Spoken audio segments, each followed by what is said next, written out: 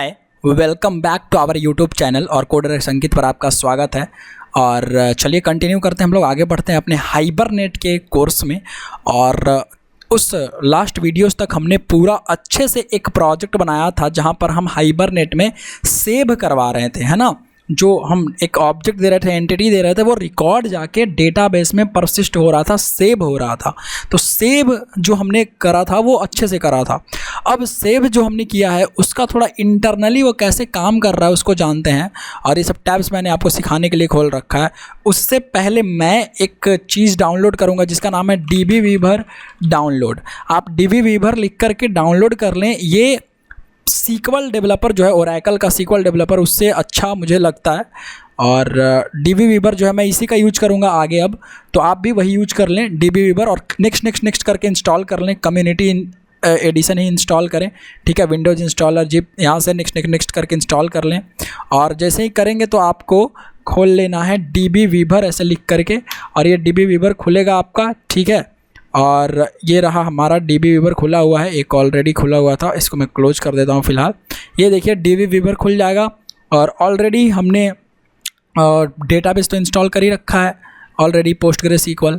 तो PostgreSQL में मैं इसको यूज कर रहा हूँ, तो DBweaver मैं यूज करूँगा। आप SQL योग भी यूज कर सकते हैं, पर मुझे DBweaver थोड़ा अच्छा लगता है तो मैं इसी को यूज कर लूँगा। अब देखिए आपको करने की क्या ज़रूरत है। मैं ऐसा आप में बना हुआ नहीं रहेगा, तो मैं एक काम करता हूँ, मैं इसको डिलीट करता हूँ, ठीक है। मैं इसको डिलीट करता हूँ, डिलीट प्रोजेक्ट ऑन डिस्क से भी।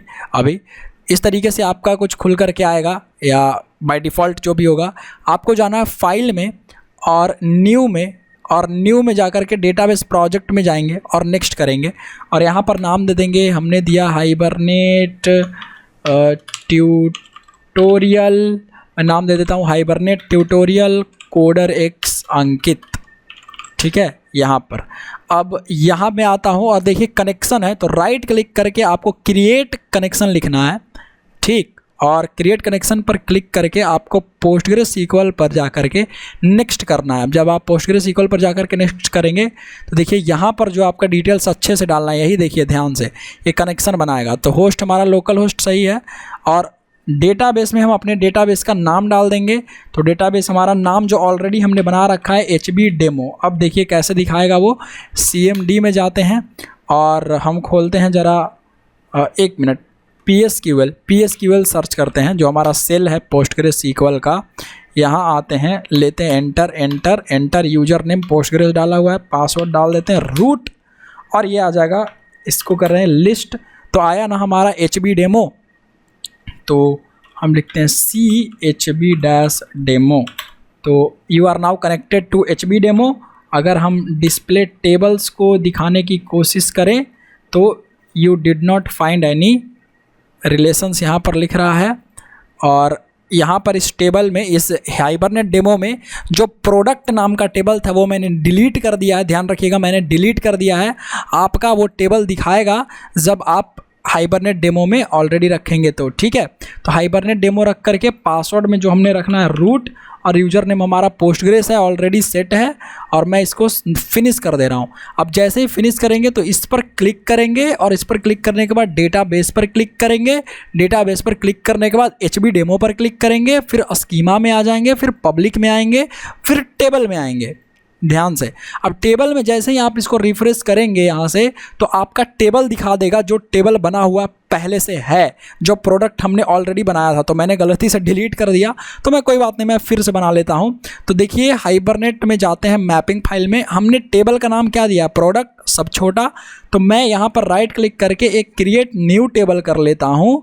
और न्यू टेबल जैसे ही मैं क्रिएट करूँगा तो यहाँ पर, या फिर एक काम करता हूँ, मैं न्यू टेबल ऐसे क्रिएट नहीं करता हूँ। वो जो मेरे पास डेटाबेस का, यहाँ पे डिलीट कर देता हूँ, जो मेरे पास का डेटाबेस का स्क्रिप्ट पड़ा हुआ है, इसको मैं क्लिक करता हूँ, कॉपी करता हूँ, और इस टेबल में जा करके, और इधर मैं जाता हूँ, और इस टेबल में कहीं पे ऑप्शन होगा हमारा क्वेरी चलाने का। देखिए SQL है ना, इस SQL पर क्लिक करता हूँ तो ये आ गया हमारा। और यहाँ पर मैं सेलेक्ट करके इसको रन करवाना है मुझे।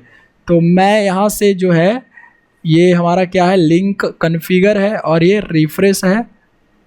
तो मैं रिफ्रेश जैसे ही, अभी तक तो ये हुआ नहीं, एक मिनट, मुझे ये कैसे पता चलेगा? ऐसे करके देखिए, राइट क्लिक करूँगा तो एग्जीक्यूट का ऑप्शन आएगा, राइट। तो मैं एग्जीक्यूट करवा देता हूँ, एग्जीक्यूट सीक्वल स्टेटमेंट। जैसे मैंने एग्जीक्यूट करवाया तो देखिए एक टेबल बन गया। अब मैं इस टेबल को रिफ्रेश ज़रा करता हूँ, ओके। और रिफ्रेश जब करूँगा तो देखिए इसमें प्रोडक्ट आ गया। अब प्रोडक्ट में डेटा में जाऊँगा तो सारा का सारा डेटा जो है PID, PNAME ये सब ऑलरेडी है मेरे पास, राइट। मैंने देखिए ये सब मेरा पहले का है, मैं इसको डिलीट कर देता हूँ। अभी ये मेरा पहले का, आप में ऐसे नहीं दिखेगा, राइट। तो मैं डिलीट करता हूँ यहाँ से ताकि ये डिलीट हो जाए। हाइबरनेट डेमो भी डिलीट हो जाए। मुझे बस ये वाला चाहिए जो हमने अभी बनाया, Hibernate tutorial, HB demo, database, HB demo और schemas, public, tables, product table में जाएंगे तो देखिए अभी PID ये सब बिल्कुल ब्लैंक है, राइट। इसको क्लोज करता थोड़ा। PID ये सब बिल्कुल ब्लैंक है, तो हमने टेबल बना लिया है फिर से DB वीवर का यूज करके। तो मैंने अब बोला था आपको कि मैं DB वीवर भी आपको यूज करके दिखाऊंगा, तो मैंने यहाँ पे दिखाया और मैं इसी को यूज करूँगा, ठीक है। Write down in the comments, आप कमेंट जरूर बताइएगा आपको ये समझ में आया, आपसे ये प्रैक्टिकल हुआ कि नहीं, आपसे ये टेबल बना कि नहीं, तब मैं जान पाऊँगा। और अगर नहीं बना तो अगले वीडियो में मैं फिर से बताऊँगा, वरना आगे बढ़ जाऊँगा, ठीक है। अब आइए आगे और ज़रा हम इसको जो हमारा है इसमें सब कुछ जो लिखा हुआ है कोड पहले से, राइट क्लिक करके रन एज जावा एप्लीकेशन करते हैं। अब जो पहली बार वीडियो को देख रहे हैं यहाँ पर, इस वीडियो में सबसे पहला बार देख रहे हैं, प्लीज़ इसका ठीक पिछले वाला वीडियो देखिए, सीरीज से फॉलो कीजिए, सब समझ में आएगा, ठीक है। अब ज़रा हम देखते हैं, ऑब्जेक्ट हमारा सेव हो गया है और ये जो लाइन आ रही है, एक लाइन मैंने यहाँ पर लिख रखा है, आपको समझाने के लिए मैं चेक कर रहा था ज़रा, ठीक है। तो आप में ऐसा जाके आगे आपको चेक कर लेना है, ठीक है। ये ऑब्जेक्ट डॉट सेव वगैरह जो भी है, यहाँ पर जा करके आप और राइट क्लिक करके फिर से हम रिफ्रेश करेंगे थोड़ा, और देखिए अब इस बार टेबल में 1 मदरबोर्ड और 11,000 आ गया, ठीक। इसका मतलब डेटा सेव है, ठीक है। अब हमको इंटरनल प्रोसेस समझना है, इस वीडियो का पार्ट 2 यही है, ठीक। यहाँ से स्टार्ट होता है तो अब हमें समझना है इंटरनल प्रोसेस आखिर ये कैसे काम करता है, ये पूरा सिस्टम हाइबरनेट में कैसे हमारा काम कर रहा है, जरा वो समझने की कोशिश करते हैं। तो ध्यान से समझिए, ये हमारा मेन मेथड है, कोड यहीं से एग्जीक्यूट होगा, सेव ऑब्जेक्ट टेस्ट में जा करके, राइट होगा ना। तो देखिए क्या होता है यहाँ पर, यहाँ देखिए हम यहाँ से क्या करवा रहे हैं, कॉन्फ़िगरेशन का ऑब्जेक्ट बना रहे हैं, हाँ या ना। तो कॉन्फ़िगरेशन का ऑब्जेक्ट बना रहे हैं, कॉन्फ़िगरेशन फाइल का लोकेशन दे रहे हैं। तो यहाँ से पहले कॉन्फ़िगरेशन का ऑब्जेक्ट बनेगा, कॉन्फ़िगरेशन फाइल का लोकेशन दे रहे हैं, ठीक है।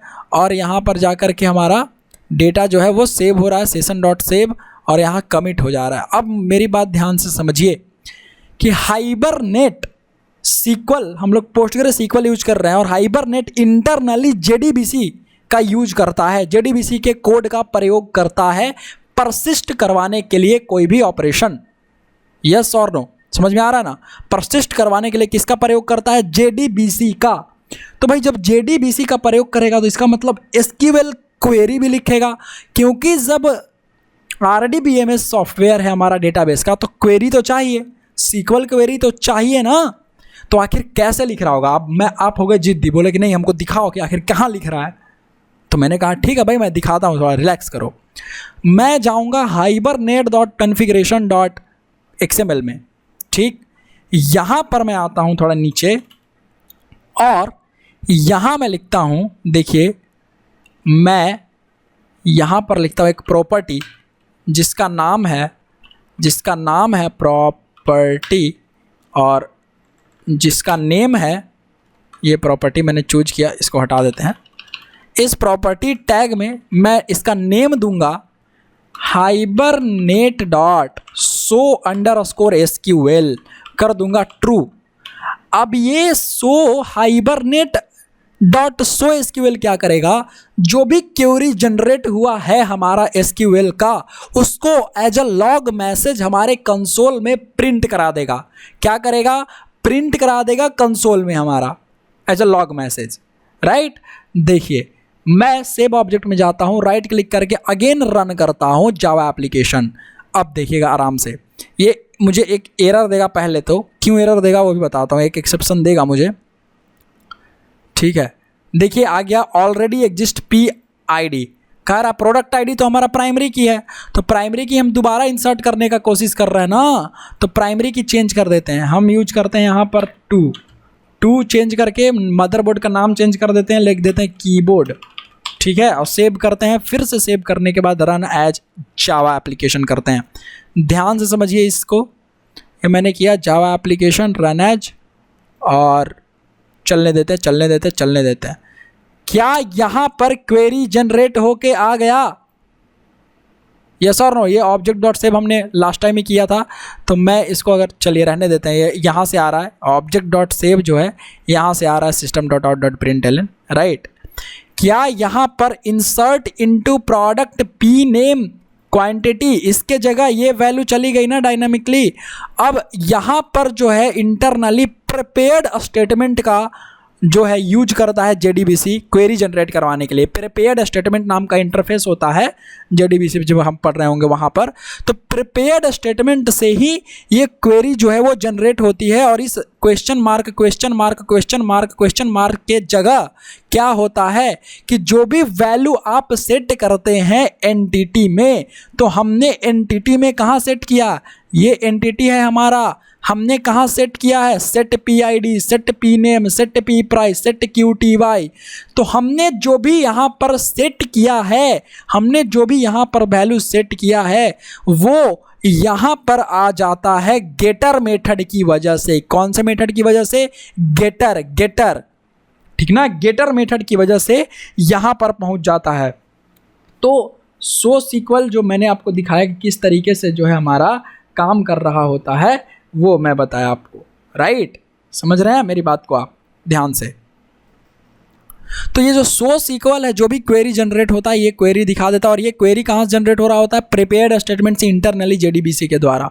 और वो प्रिपेयर्ड स्टेटमेंट देखिए, ये जो वैल्यू है यहाँ पर वो गेटर मेथड, मैं प्रूव करता हूँ कि गेटर मेथड से होता है कि नहीं। देखिए ध्यान से समझिए, आगे भी हम लोग समझेंगे अभी।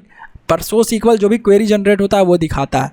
अच्छा, मैं कह रहा हूँ गेटर मेथड की वजह से। अगर मैं यहाँ पर लिखता हूँ 3 और यहाँ पर लिखता हूँ माउस, ठीक है, और मैं यहाँ पर सेव करता हूँ और जाकर के प्रोडक्ट डॉट जावा जो एंटिटी है, इसका मैं नेम जो है गेटर, देखिए गेटर मेथड को कमेंट कर देता हूँ। तो कमेंट किया तो इसका मतलब गेटर मेथड नहीं है हमारा। अब जैसे ही मैंने कमेंट किया तो मैं रन करता हूँ अपने टेस्ट वाले एप्लीकेशन को, रन एज जावा एप्लीकेशन। ध्यान से समझिएगा क्या होगा। यहाँ मैं रन करता हूँ, थोड़ा लॉग आने देते हैं क्या प्रिंट होके आता है। और देखिए क्या आया, property not found exception, could not locate getter method for property. क्या ये कह रहा है कि मैंने पी नेम के लिए कोई भी गेटर मेथड नहीं पाया, क्योंकि वो कमेंट हो गया। तो गेटर मेथड की वजह से सेटर से सेट हो गया, और गेटर मेथड की वजह से गेट होता है उस क्वेश्चन मार्क के जगह जो हमने देखा था। अगर आपको अभी भी यकीन नहीं है तो मैं करता हूँ इसको रिफ्रेश, और देखिए यहाँ पर माउस नहीं आया होगा, कीबोर्ड आ गया, क्योंकि कीबोर्ड लास्ट टाइम हमने किया था 2 डाल करके, राइट, और माउस नहीं आया, राइट। तो इसका मतलब कि गेटर मेथड से वहाँ पर डायनामिकली पहुँच जाती है वैल्यू उस क्वेश्चन मार्क के जगह पर। तो मैं गेटर मेथड को करता हूँ फिर से Ctrl+Z, और ये गेटर मेथड आ गया हमारा, वापस से अनकमेंट हो गया। और इसको सेव करते हैं, और ये जो माउस है हमारा उसकी प्राइसिंग चेंज करते हैं। माउस का प्राइसिंग जो है इसको मैं चेंज करता हूँ। माउस जो है ये जो प्राइसिंग मैं लिख रहा हूँ इसको मैं हम लोग 420 रुपया कर देते हैं, और राइट क्लिक करके मैं रन एज जावा एप्लीकेशन करता हूं। तो क्या फिर से हमको दिखेगा, क्योंकि सो सीक्वल ट्रू है, राइट। तो सो सीक्वल बाय डिफ़ॉल्ट फॉल्स होता है, इसलिए आपको नहीं दिखता है। जैसे ही आप सो सीक्वल करते हैं, सो सीक्वल वो प्रॉपर्टी ट्रू करते हैं, जाकर के इस हाइबरनेट कॉन्फ़िगरेशन फाइल में, ये हाइबरनेट कॉन्फ़िगरेशन फाइल में सो सीक्वल ट्रू, तो आपको वो चीज़ दिखाई देता है जो यहाँ पर आया, जो भी एसक्यूएल चला।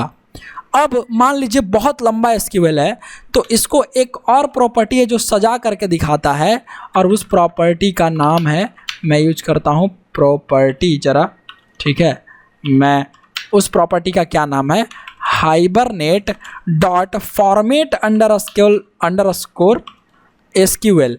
इसको कर देंगे ट्रू, तो ये बस फॉर्मेटेड वे में दिखाएगा।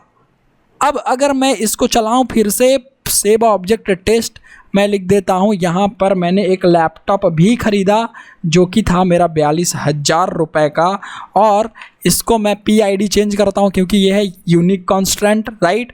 तो मैं 4 लिख देता हूँ, सेव करता हूँ, राइट क्लिक करके रन करता हूँ, और राइट क्लिक करके मैं जब रन करूँगा जावा एप्लीकेशन तो देखिए आराम से इस बार जो क्वेरी दिखाई देगा वो बस फॉर्मेटेड वे में दिखाई देगा, यही कहने का मतलब है।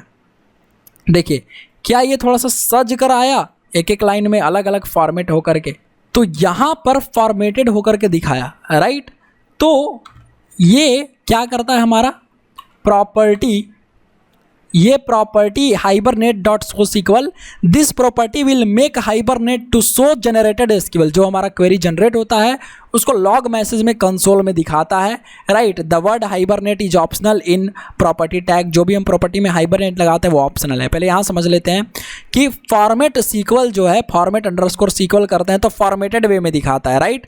ये मैंने आपको बताया। एक लाइन और इंपॉर्टेंट है कि Hibernate internally uses JDBC prepared statement object by making the generated SQL queries as pre-compiled queries to execute SQL queries in database software। Hibernate को जो है वो किसका हेल्प लेगा, इंटरनली JDBC का, और JDBC के पास होता है प्रिपेयर्ड स्टेटमेंट का ऑब्जेक्ट, और वो प्रिपेयर्ड स्टेटमेंट का ऑब्जेक्ट बना करके एक set of pre compiled query बनाता है, जनरेट करता है SQL क्वेरी जो डेटाबेस पर जाकर के एग्जीक्यूट हो जाता है। सिंपल, डेटाबेस पर क्वेरी जो एग्जीक्यूट होता है SQL क्वेरी वो JDBC वाला क्वेरी होता है जो JDBC जनरेट करता है प्रिपेयर्ड स्टेटमेंट के द्वारा, और प्रिपेयर्ड स्टेटमेंट एक ऑब्जेक्ट होता है। जब JDBC पढ़ रहे होगे तो आपको पता होगा, और नहीं पढ़े तो कोई दिक्कत वाली बात नहीं है, ज़्यादा लोड लेने की जरूरत नहीं है। बस समझिए कि JDBC बनाता है SQL का क्वेरी, प्रिपेयर्ड स्टेटमेंट एक इंटरफेस होता है उसकी वजह से, और वहाँ से वो जो है फिर रन करता है हाइबरनेट, जो है अपना जो सेव मेथड चलता है, फिर transaction.commit मेथड चलता है, और प्रिपेयर्ड स्टेटमेंट से जो भी क्वेरी है वो जनरेट होता है और चल जाता है हमारे डेटाबेस पर, ठीक।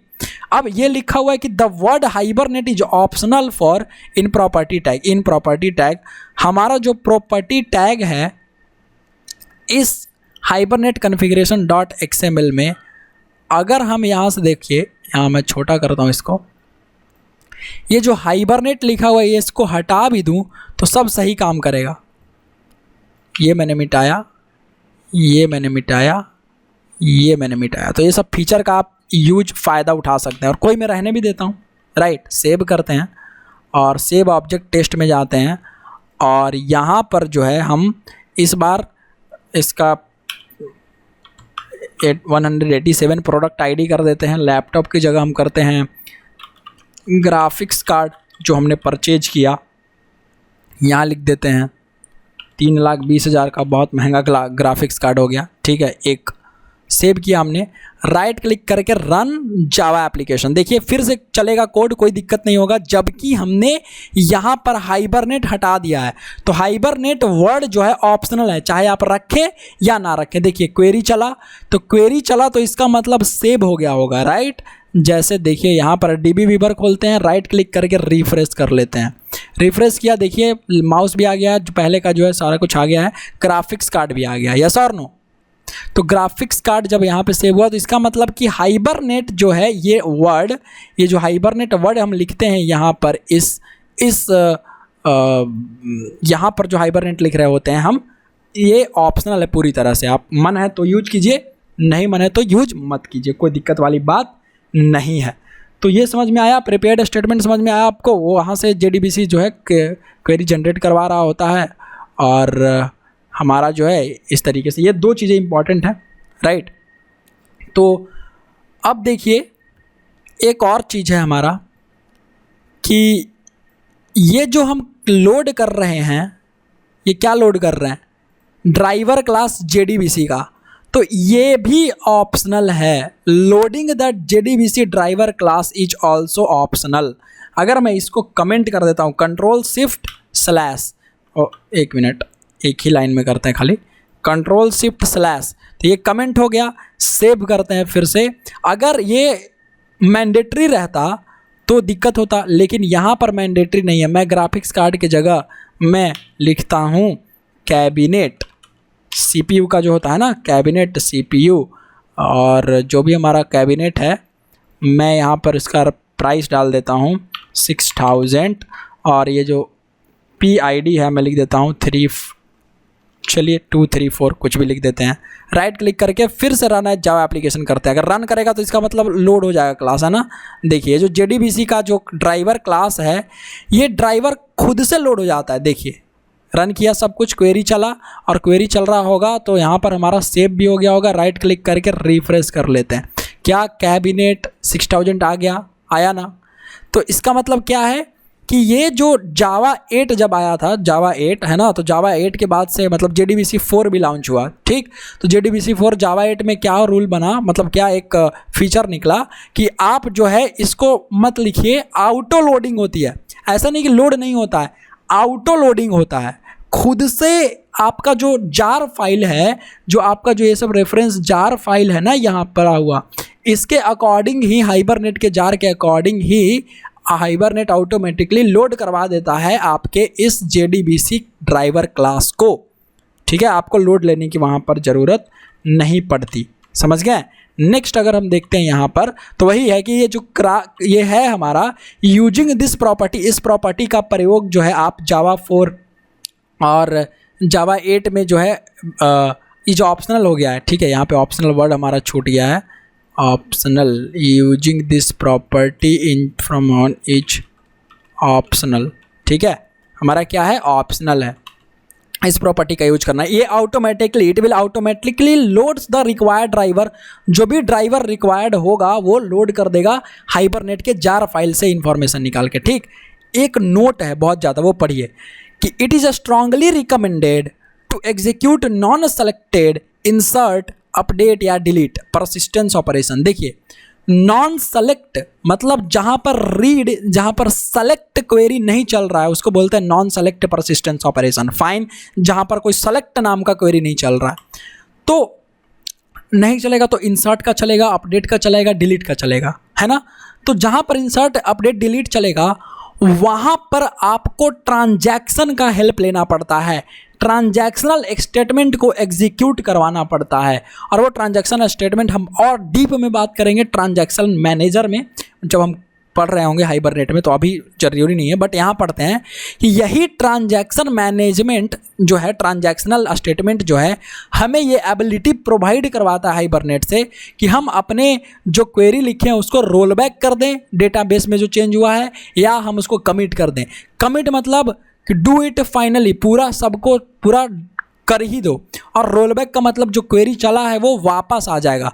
जैसे गूगल पे, फ़ोन पे, पेटीएम, भीम UPI, कभी हमारा पैसा फंस जाता है, पेंडिंग दिखाता है, तो दूसरे दिन वापस आ जाता है वो पैसा, उतना रिटर्न हो जाता है 24 घंटा के अंदर।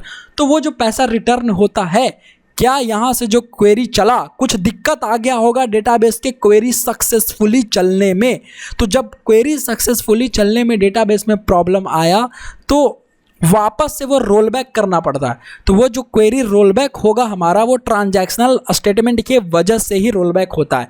तो ट्रांजैक्शनल स्टेटमेंट इसीलिए ज़रूरी है ताकि कभी इंसर्ट करते टाइम अगर कुछ दिक्कत आ गया तो हम रोल बैक करवा लें या कमिट करवा दे, डेटाबेस में पूरा सबमिट करवा ही दे।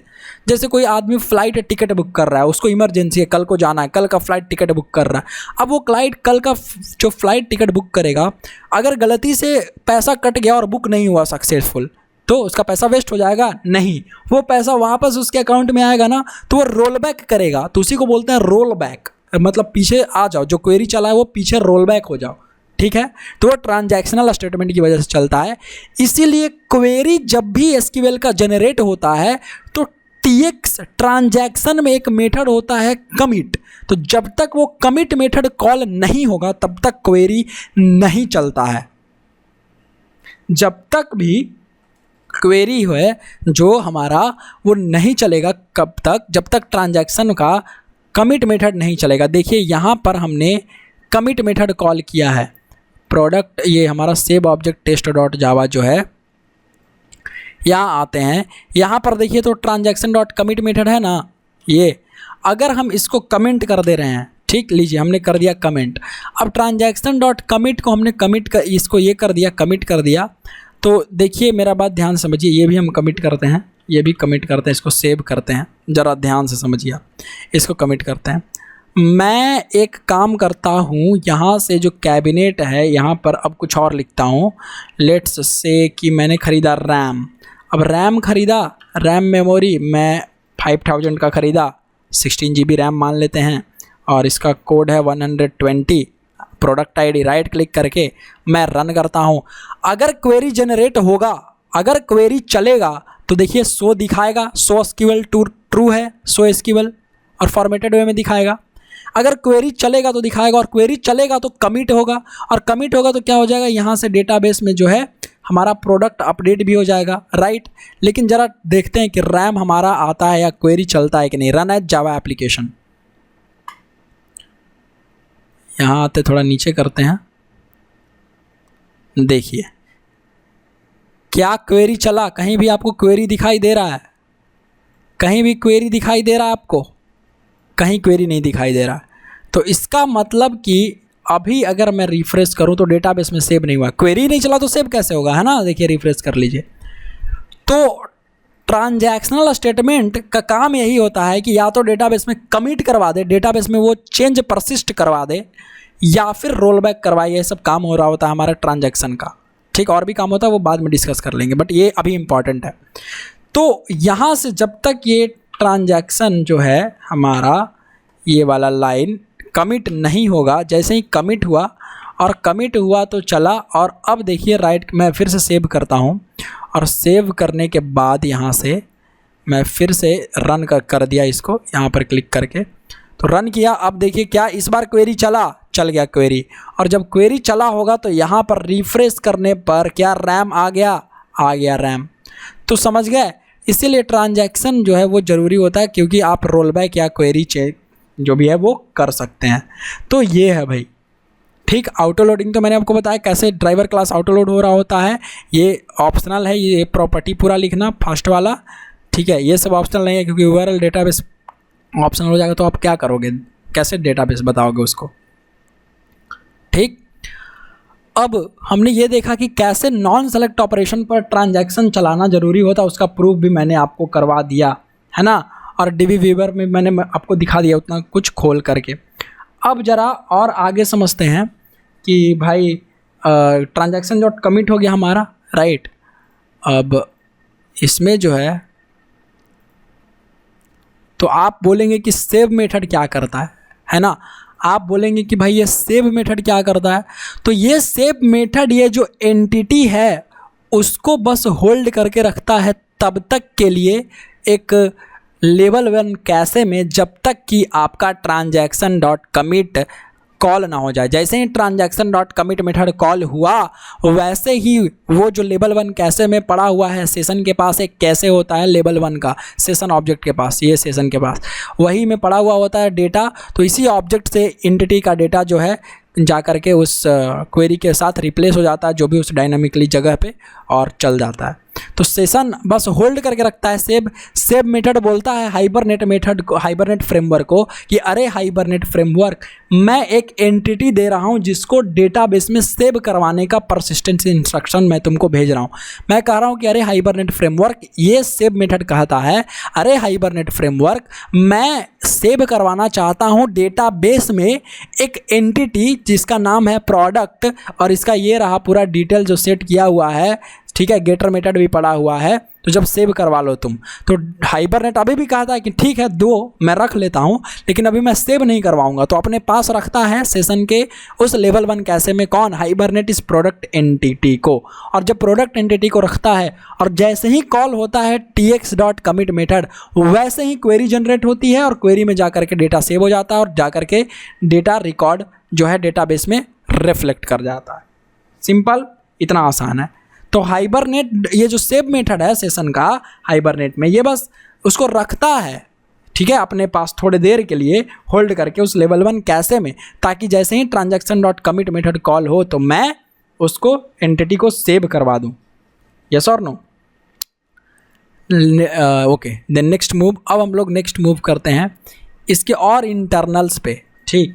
और इंटरनल देखिए क्या है कि जो भी हम कॉन्फ़िगरेशन करते हैं, है ना, हाइबरनेट डॉट कॉन्फ़िगरेशन फाइल, तो जब भी हम कॉन्फ़िगरेशन करते हैं, when we are configuring the Hibernate with configuration.xml file में जब हम कॉन्फ़िगरेशन करते हैं या हाइबरनेट मैपिंग फाइल में कॉन्फ़िगरेशन करते हैं, तो हमारा XML बहुत अच्छे से वेल फॉर्म्ड, मतलब सिंटैक्स सही होना चाहिए, वैलिड होना चाहिए। तो ये कौन चेक करता है? तो ये चेक करता है हाइबरनेट के अंदर एक होता है आपका XML पार्सर। जो XML पार्सर है वही चेक करता है कि आपका सब सिंटैक्स फॉलो हो रहा है कि नहीं सही से। और XML पार्सर ये जो सिंटैक्स फॉलो करना है, क्योंकि XML में टैग्स होते हैं और टैग्स जो है पहले से बनाए हुए हैं, तभी हम उन टैग्स का, प्रॉपर्टी टैग्स का यूज कर पा रहे हैं, उन एट्रीब्यूट्स का यूज कर पा रहे हैं। खुद से तो डेवलप कर नहीं रहे हैं टैग्स को हम लोग। तो जब खुद से नहीं कर रहे हैं तो वो आता है एक जगह से जिसका नाम है DTD या XSD, डॉक्यूमेंट टाइप डेफिनेशन या XML स्कीमा डेफिनेशन, वहाँ से।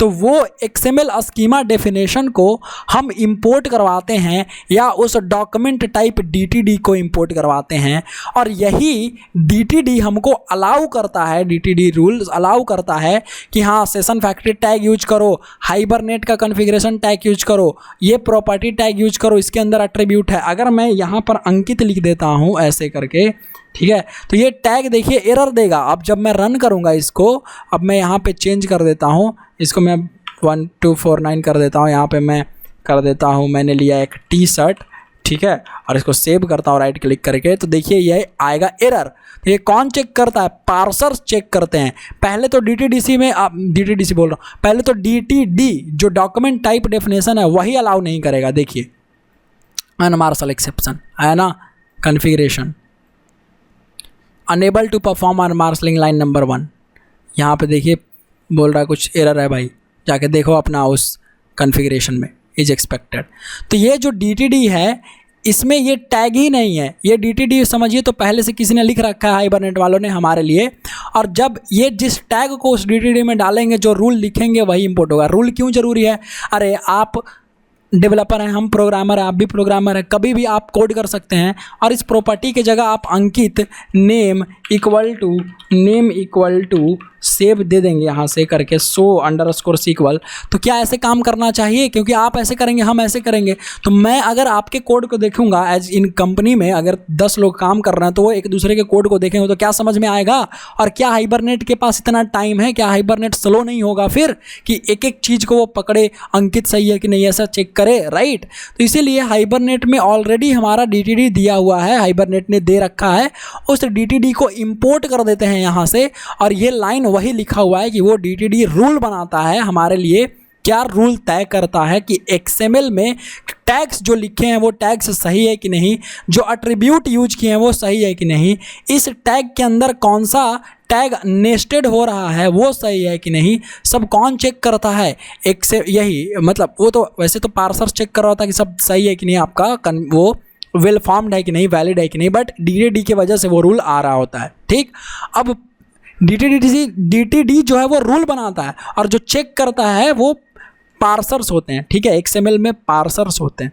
तो देखिए यही है, तो आपका वेल फॉर्म्ड होना चाहिए और वैलिड होना चाहिए। वेल फॉर्म्ड का मतलब सिंटैक्स सही होना चाहिए, जो मैंने यहाँ पे लिख रखा है ना, कि if XML document is following correct syntax then well formed. और वैलिड का मतलब कि कौन सा DTD इंपोर्ट करना है। ऐसा नहीं कि आप स्प्रिंग का DTD यहाँ पर यूज कर देंगे, ऐसा थोड़ी है कि आप यहाँ पर स्प्रिंग फ्रेमवर्क का DTD लगा देंगे या XSD लगा देंगे तो काम करेगा, नहीं। हाइबरनेट के लिए हाइबरनेट का होना जरूरी है, राइट? तो हाइबरनेट का जो रूल है वही डालेंगे ना। और चेस के गेम में क्या आप क्रिकेट का रूल लगाइएगा? नहीं। तो हाइबरनेट के गेम में हम हाइबरनेट का ही रूल लगाएंगे, हाइबरनेट फ्रेमवर्क में हाइबरनेट DTD का लगाएंगे। इसीलिए हम लोग हाइबरनेट DTD सर्च करके लगा रहे थे, इसलिए मैंने बोला था ये मैं बाद में समझाऊंगा आपको। ठीक है, तो इतना क्लियर है। तो इसको कौन चेक करता है? XML पार्सर्स एक सॉफ्टवेयर होते हैं जो हमारे हाइबरनेट के इंटरनल कंपोनेंट में होता है, यही चेक करता है। और चेक करके यही क्या करता है, XML parser is a software program that loads the XML को पहले हार्ड डिस्क से लोड करता है, क्योंकि XML फाइल है वो हमारे प्रोजेक्ट में इक्लिप्स के कहीं हार्ड डिस्क में पड़ा हुआ है, वहाँ से लोड करता है उसको अपने पास, पहले XML पार्सर अपने पास लोड करके रीड करता है, रीड करके प्रोसेस करता है, प्रोसेस करने के बाद जो डेटा निकला उसको इन मेमोरी मेटा डेटा में रखता है। और कुछ एग्जाम्पल है पार्सर्स प्रोग्राम के, SAX simple API XML parser, DOM document object model parser, DOM4J जो hibernate uses this one, hibernate DOM4J का इंटरनल यूज कर रहा होता है। अब यहाँ समझते हैं, देखिए रैम मेमोरी है, JVM मेमोरी है, जब भी प्रोग्राम चलता है जावा का तो JVM मेमोरी होता है, राइट। तो रैम मेमोरी है, JVM मेमोरी है, हमारे ऐप का मेमोरी हो गया। इस ऐप में होता है XML पार्सर जो उसका मेमोरी हो गया। अब ये देखिए XML फाइल है जो हमारा hibernate.configuration.xml है इस केस में, तो ये यहाँ पर पहुँचता है XML फाइल जो है, इसको लोड करता है कौन, ये XML पार्सर, और ये जनरेट करता है in memory meta data. Meta data मतलब डेटा के बारे में डेटा। तो XML में जो डेटा है उसका निचोड़, उसका प्रोसेस करके जो मेन उसका जो मक्खन है, जो समझ रहे हो ना, वो प्रोसेस करके जो इम्पॉर्टेंट डेटा है उसको अपने पास रखता है मेमोरी में, ऑब्जर्व उसको सेव करके। क्यों, उस इन मेमोरी मेटा डेटा इसीलिए बोलते हैं इन मेमोरी। इन मेमोरी मतलब मेमोरी के अंदर। तो मेमोरी के अंदर जो डेटा रखेगा कैसे, समझिए ऐसे समझिए, आपके कुछ 5 गाने हैं जो फेवरेट हैं, अरिजीत सिंह के या जुबिन नौटियाल के या किसी के 5 गाने, AR रहमान के या किसी भी के लेजेंडरी के है ना, या 5 गाने हैं जो फेमस आपको बहुत पसंद है, जो आप डेली सुनते हैं। तो आप क्या उसको एक फोल्डर में रखते हैं अंदर, या आप उसको कैसे सुनते हैं, आप उसको सुनते हैं एक म्यूजिक प्लेयर एप्लीकेशन से, कोई भी गूगल प्ले म्यूजिक या विंक म्यूजिक, गाना.com, वहीं पे फेवरेट्स में आप क्लिक करते हैं, गाना एक बार में चालू हो जाता है। तो इन मेमोरी मेटा डेटा में रखने का फ़ायदा ये है कि आगे एप्लीकेशन को कभी कॉन्फ़िगरेशन का ज़रूरत पड़ा तो कॉन्फ़िगरेशन का फाइल फिर से लोड करने की ज़रूरत नहीं पड़ेगी, तो टाइम बचेगा, रिसोर्सेज बचेगा, है ना। वरना फिर से लोड करना मेमोरी में, फिर से रीड करना, चेक करना, क्या लंबा प्रोसेस है, हाइबरनेट स्लो होगा, राइट। तो प्रोग्राम स्लो होगा कि नहीं आपका, तो स्लो नहीं बनाना है। तो इसके लिए उन्होंने एक जगह दे दिया कि भाई थोड़ा सा जगह बचा लो उस हमारे ऐप में, XML पार्सर में, उसी को बोल रहे हैं इन मेमोरी मेटा डेटा। तो जो भी इंपॉर्टेंट है कि कौन सा कॉन्फ़िगरेशन है, कौन सा डेटाबेस हो रहा है, कौन से यूजर नेम है, क्या पासवर्ड है, क्या सो सीक्वल कर रहा है, ट्रू क्या नहीं कर रहा, सब इन मेमोरी के पास पड़ा हुआ है, ताकि फर्दर जब भी यूज करे तो वहीं से यूज कर ले। जैसे आपको जब भी गाना सुनना होता है, आप चुपचाप एक खोलते हैं, क्लिक करते हैं, एक music player application, MX player है, कुछ भी वहाँ से देख लेते हैं। फाइल मैनेजर में जाके उतना डीप में डाउनलोड्स ऐसा करते हैं, नहीं करते हम लोग ऐसा जनरली, राइट। तो इतना सिंपल है इन मेमोरी मेटा डेटा को समझना यहाँ पर। तो XML पार्सर वो होता है जो चेक करता है, लोड करके प्रोसेस करता है, चेक करता है, रीड करता है, सब कुछ सही होता है तो in memory meta data generate करवा देता है उस XML फाइल के लिए। इन मेमोरी मेटा डेटा का मतलब उसके पूरे XML का निचोड़, जो इंपॉर्टेंट चीज़ें हैं उसका इंफॉर्मेशन रखता है। तो वही हो गया, ठीक है। तो ये हो गया आपका क्या, ये हो गया आपका क्या भाई, ये है आपका हाइबरनेट कॉन्फ़िगरेशन, समझ गए। तो हाइबरनेट का जो कॉन्फ़िगरेशन है ये इस तरीके से जो है आपका कॉन्फ़िगरेशन फाइल जो है चेक हो रहा होता है सब कुछ सही है कि नहीं है। तो हमने दिखाया आपको एरर करके, वो एरर आया था अभी। नेक्स्ट समझते हैं, let's understand internals flow. Internal, what is the internal flow of our first project. जो हमने सेव प्रोजेक्ट करवाया है उसका पूरा का पूरा इंटरनल फ्लो, पूरा का पूरा इंटरनल स्ट्रक्चर ही जानते हैं। और वो सबसे पहले शुरू होगा हमारा मेन मेथड से, क्योंकि मेन मेथड एग्जीक्यूट होगा यहाँ से, और सबसे पहले हमारा जो यहाँ से शुरू होगा वो शुरू होगा यहाँ से, राइट, यहाँ से। ये तो हमने बनाया है अपना, क्या बोलते हैं यार उसको, अरे भाई लोकल वेरिएबल्स ना। तो यहाँ मैं इसको कर देता हूँ फ़िलहाल, पूरे कोड को मैं करता हूँ, पूरे कोड को मैं क्या करता हूँ, यहाँ से पूरे के पूरे इस कोड को एक काम करते हैं अपन, यहाँ कमेंट करते हैं। अब देखिए मैंने कर दिया कमेंट, तो ठीक है। ये देखिए जैसे ही मैंने कमेंट किया तो कैसे एक ही लाइन में ये सब जो है सब चिपक गया है ना। ये देखिए यहाँ पे ब्रैकेट ऐसा चिपक गया, इस तरीके से चिपक गया। तो एक काम करते हैं यार, यहाँ ये थोड़ा इसको ऐसे करके मैं एक काम करता हूँ, प्रेफरेंसेस यहाँ दिखता है यार विंडो में जाएंगे, सॉरी यहाँ आना है आपको प्रीफरेंसेस, और यहाँ पे सर्च करना है आपको कमेंट्स, और एक कमेंट्स नहीं फॉर्मेटर सर्च कीजिए, फॉर्मेटर सर्च कीजिए और आइए जावा, ये देखिए जावा में फॉर्मेटर में एक न्यू फॉर्मेटर बनाइए जिसका नाम दीजिए माई फॉर्मेटर, ठीक है, और ओके कीजिए। और इसको यहाँ पर मैं फॉर्मेटर में जाता हूँ और यहाँ पर एडिट पर क्लिक करके, इस एडिट बटन पर क्लिक करके आपको ये जो है इनेबल ब्लॉक लाइन कमेंट, इसको आप क्लिक करके ओके कर दीजिए और अप्लाई करके क्लोज कर दीजिए। तो अब जब हम इसको यहाँ से कमेंट करेंगे पूरा कोड को, कहाँ से कमेंट करना है, तो मैं यहाँ से लेकर के यहाँ तक कमेंट करता हूँ इस कोड को, Ctrl+Shift/। तो देखिए ये अब जैसे था वैसे ही हमारा, चेंज नहीं हुआ कुछ। इसको सेव करते हैं। तो अब यहाँ से समझते हैं कोड, क्योंकि कोड रन यहीं से होगा। यहाँ पर हमारा तो इनिशियलाइजेशन के लिए है, जो हम लोकल वेरिएबल नहीं है। तो राइट क्लिक करके अभी आराम से रन करते हैं, ठीक। अब यहाँ से देखिए ध्यान देने वाली बात है, समझने वाली बात है, रन जावा एप्लीकेशन। अब जब जावा एप्लीकेशन में हम रन करवाएंगे इसको, तो थोड़ा इसको नीचे आते हैं। देखिए यहाँ पर क्या दिखाई दे रहा है आपको, यहाँ पर क्या दिख रहा है जब हमने इसको कॉन्फ़िगर करवाया, तो बस ये अभी तक कुछ भी नहीं आया, सिर्फ कॉन्फ़िगरेशन का हमको लॉग दिख रहा है, कुछ वर्जन दिख रहा है, राइट। कुछ हमको कॉन्फ़िगरेशन का जो है लॉग और वर्जन दिख रहा है ना। एक मिनट, फाइन। तो अभी तक हमें सिर्फ यही दिख रहा है। तो ये कॉन्फ़िगरेशन का ऑब्जेक्ट क्रिएट करता है ये वाला लाइन। तो ये कॉन्फ़िगरेशन का अभी तक ऑब्जेक्ट क्रिएट किया है, लेकिन कॉन्फ़िगर नहीं किया, क्योंकि कॉन्फ़िगर तो नेक्स्ट लाइन में हो रहा है ना। तो यहाँ से जो हमारा लाइन है सबसे पहला, ये लाइन क्या करता है कि इट बूटस्ट्रैप और activates the Hibernate framework based on the given jar files that are added to class path या build path of the project.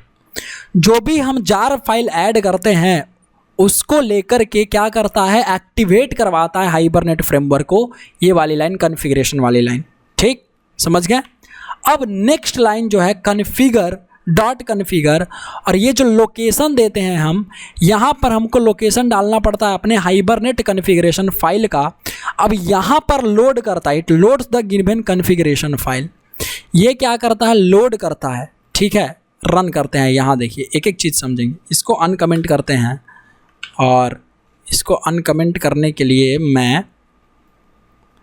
मैं बस इसको Ctrl+Shift और मैं दबाऊंगा \, और अब मुझे यहाँ से करना है स्टार लगा देते हैं, स्लैश लेकर के /, ताकि नीचे वाला लाइन कमेंट हो जाए, राइट। तो क्या हुआ भाई, नीचे का लाइन कमेंट हट गया सारा, चाहिए हट गया, तो हट गया। तो यहाँ आते हैं और लीजिए, ये हो गया हमारा कमेंट, ठीक है। ध्यान से मेरी बात समझिए।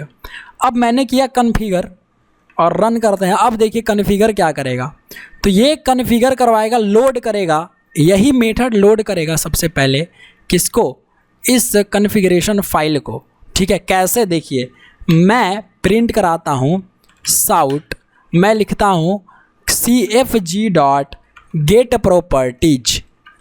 properties, ठीक। जो भी कॉन्फ़िगरेशन का प्रॉपर्टी है, राइट क्लिक करके सेव करके फिर से रन करवाते हैं, और रन करवा के अब देखिए क्या होगा। क्या आपको यहाँ पर प्रॉपर्टी दिखा, देखिए पासवर्ड जो हमने डाला है, रूट डाला है ना, पासवर्ड रूट, और भी बहुत सारी चीज़ें आपको प्रॉपर्टी मिलेगा उस कॉन्फ़िगरेशन से। जो भी उस कॉन्फ़िगरेशन का देखिए सारा का सारा प्रॉपर्टी आपको मिल रहा है, राइट। जो भी हमारा जार है ऐड हुआ है, सारा का सारा इन्फॉर्मेशन यहाँ पर मिल जाएगा आपको, कुछ जावा के टूल्स के साथ, जो भी प्रॉपर्टीज है उसके साथ। तो देखिए सोर्स इक्वल ट्रू है, हमने ट्रू किया है, राइट, बिल्कुल किया है। यूजर नेम पोस्टग्रेस है। अगर मैं इसको कॉन्फ़िगर करने से पहले साउट करवा दूं और यहाँ पर लिखूँ cfg.get properties, तो यहाँ क्या होगा ज़रा ध्यान से समझिए। मैं एक काम करता हूँ, साउट करता हूँ, यहाँ पर साउट करता हूँ, एक डिवाइडर ऐसे लगा देता हूँ ताकि ये पता चले, और फिर से रन करता हूँ। तो देखिए जब पहले, क्योंकि पहले तो कॉन्फ़िगर नहीं हुआ है, तो ये वाली लाइन जो 21 नंबर लाइन है वो ये वाला है। तो यहाँ पर आपको कोई भी यूज़र नेम वगैरह नहीं मिलेगा। देखिए आप सर्च कर लीजिए, धीरे धीरे इसको इधर हटाइए, देखिए क्या आपको कहीं भी यूज़र नेम टाइप का दिख रहा है, कुछ यूज़र नेम या डेटाबेस से रिलेटेड, लेकिन यहाँ पर नीचे देखिए जो कॉन्फ़िगरेशन है वहाँ पर आपको मिल जाएगा। देखिए तुरंत से मिल गया हमको पासवर्ड, रोज कनेक्शन, ठीक है, ये कनेक्शन मिल गया आपका, इधर डेटाबेस का नाम मिल जाएगा, सब कुछ आपको मिल जाएगा, सीक्वल ट्रू मिल गया। तो कहने का मेरा ये मतलब है यहाँ पे आपको सब कुछ नहीं मिल रहा है जो हम कॉन्फ़िगर कर रहे हैं। तो क्या इससे ये प्रूफ होता है कि ये वाली लाइन, ये जो कॉन्फ़िगरेशन वाली लाइन है, ये बस ऑब्जेक्ट को बना करके हाइबरनेट को एक्टिवेट करवाता है, लेकिन ये वाली लाइन से यहाँ पर लोकेशन डालते हैं हम फाइल का, अपने कॉन्फ़िगरेशन फाइल का, और यही लाइन लोड करता है मेमोरी में कॉन्फ़िगरेशन फाइल को, और यही लाइन जो है सब कुछ काम करवाता है, प्रोसेस करवाता है, ठीक है, कॉन्फ़िगरेशन फाइल का प्रोसेस करवाता है यहाँ पर, ठीक है, और कॉन्फ़िगरेशन फाइल से जो डेटा है उसको बनाता है, राइट। तो ये जो कॉन्फ़िगरेशन फाइल है, ये कॉन्फ़िगरेशन, ये वाली लाइन क्या करता है, it loads the given configuration file from the specified path और लोकेशन। जो लोकेशन हम डालते हैं उस लोकेशन से उठाता है, उससे लेता है, लोड करता है, मेमोरी में लोड करवाता है हाइबरनेट कॉन्फ़िगरेशन फाइल को, ठीक। और क्या करता है, checks whether it is valid and well formed और नॉट, और XML पार्सर के द्वारा चेक करवाता है कि क्या सही है, और जब सही रहता है तो in memory meta data release करवा देता है, in memory meta data generate करवाता है। Here we can give our own choice name and location, कुछ भी नाम और लोकेशन हम डाल सकते हैं इसके जगह, बिल्कुल डाल सकते हैं, मैंने ऑलरेडी आपको बता रखा है कॉन्फ़िगरेशन के टाइम, राइट।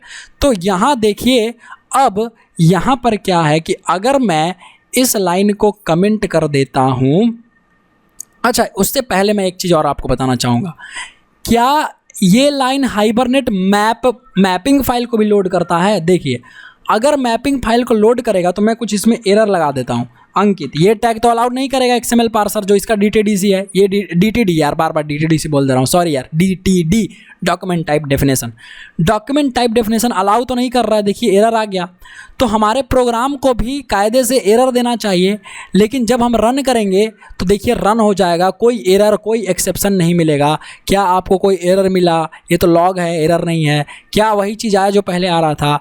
तो इससे क्या साबित होता है, क्या प्रूफ होता है कि ये कॉन्फ़िगर लाइन सिर्फ और सिर्फ कॉन्फ़िगरेशन को सारा का सारा काम कर रहा होता है, कॉन्फ़िगरेशन में सारा का सारा काम कर रहा होता है। इस HBM जो मैपिंग फाइल है वहाँ उसको लोड नहीं करता, उसको चेक नहीं करता, उसको कुछ नहीं करता है, ठीक। तो कॉन्फ़िगर से ये होता है। अब जो है यहाँ पर अगर मैं इसको कमेंट कर दूँ यहाँ नीचे और यहाँ लिखूँ नॉट साउट cfg.configure और यहाँ पर कुछ भी पास ना करूँ, तो ये बाय डिफ़ॉल्ट क्लास पाथ में जो भी क्लास पाथ होता है प्रोजेक्ट का, हमारा सोर्स फोल्डर या बिल्ड पाथ, इसी को बोलते हैं सोर्स फोल्डर को हमारे इस प्रोजेक्ट में, ठीक। अगर आपको चेक करना है तो राइट क्लिक कीजिए और यहाँ राइट क्लिक कीजिए और प्रॉपर्टीज़ में आइए, और प्रॉपर्टीज़ में आने के बाद आप आ जाइए जावा बिल्ड पाथ में, और जावा बिल्ड पाथ में आइए, सोर्स में आइए, सोर्स में देखिए /src चुना हुआ है ना, तो यही क्लास पाथ है जावा बिल्ड पाथ, ठीक। तो यहाँ पे सर्च करेगा किसको, hibernet.configuration. एक डिफ़ॉल्ट नेम को रन करते हैं। यहाँ तो पड़ा हुआ है नहीं, तो देखिए क्या इसको एरर मिला, कौन से लाइन पर एरर आएगी, ये इस लाइन पर एरर आएगा। अगर आप इसको भी मिनिमाइज कर देते हैं, इसको भी आप ये करते हैं तो इसको रन कीजिए और अभी आपको एरर नहीं मिलेगा। क्यों? क्योंकि अभी तो लोड होने का प्रोसेस शुरू नहीं हुआ। तो जब लोड होने का प्रोसेस शुरू नहीं हुआ तो सही गलत कैसे चेक करेगा? जब तक मेमोरी में लोड नहीं होगा तब तक कैसे चेक करेगा, राइट। तो लोड करवाने के लिए हमने ये लिखा, ठीक, और हम ये प्रॉपर्टी भी दे देते हैं कि जो प्रॉपर्टी आएगा चेक करेगा। तो यहाँ से क्या आ रहा है, एरर आ रहा है, यस और नो। अभी तो यहाँ पर मौजूद है ही नहीं तो एरर देगा ना। ये देखिए कि यहाँ पर जो है आपका एक्सेप्शन दे रहा है, ठीक है, एक्सेप्शन दे रहा है, ठीक है, लोड कॉन्फ़िगरेशन रिसोर्स। अब देखिए यहाँ पे अगर हम सोर्स फोल्डर में इसको कॉपी कर देते हैं, इसको कॉपी करते हैं, कट नहीं करेंगे, कॉपी करते हैं और इस सोर्स में पेस्ट कर दे रहे हैं, Ctrl+V। अब क्या इस सोर्स फोल्डर में पेस्ट हो गया, सेव करते हैं, और ऑलरेडी उसको सेव करने की तो ज़रूरत है नहीं, वैसे रन करते हैं।